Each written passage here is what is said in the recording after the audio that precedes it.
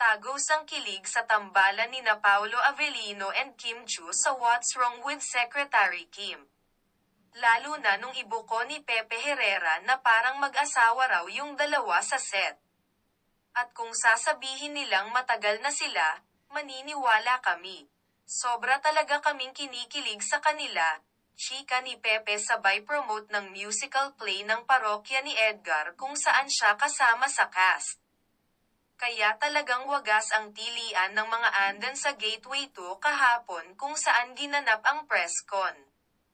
Ang ginawa pa ni Pepe ay pinag-hold ng hands sila kaya lalong kinilig ang lahat.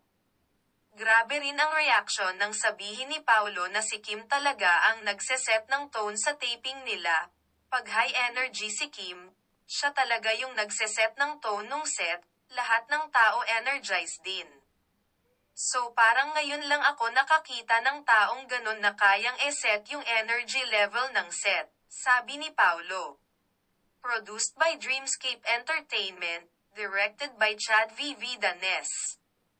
Streaming na ito beginning March 18, on Vio.